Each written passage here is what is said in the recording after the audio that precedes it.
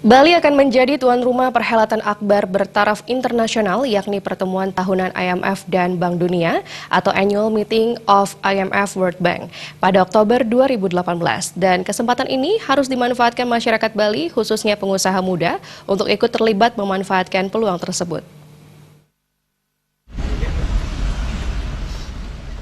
Menurut Ketua Umum BPC HIPMI Badung Anagung Bagus Bayu Joni Saputra, perhelatan akbar yang akan berlangsung Oktober 2018 akan mendatangkan kurang lebih 15.000 delegasi dari berbagai belahan dunia.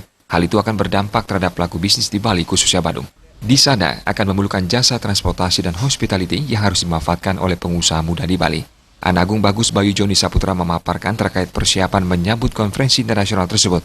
Pemerintah telah menggenjot infrastruktur yang melibatkan pengusaha muda lokal Bali. Pasti mereka akan berdampak secara langsung terhadap datangnya 15.000 delegasi dari seluruh dunia.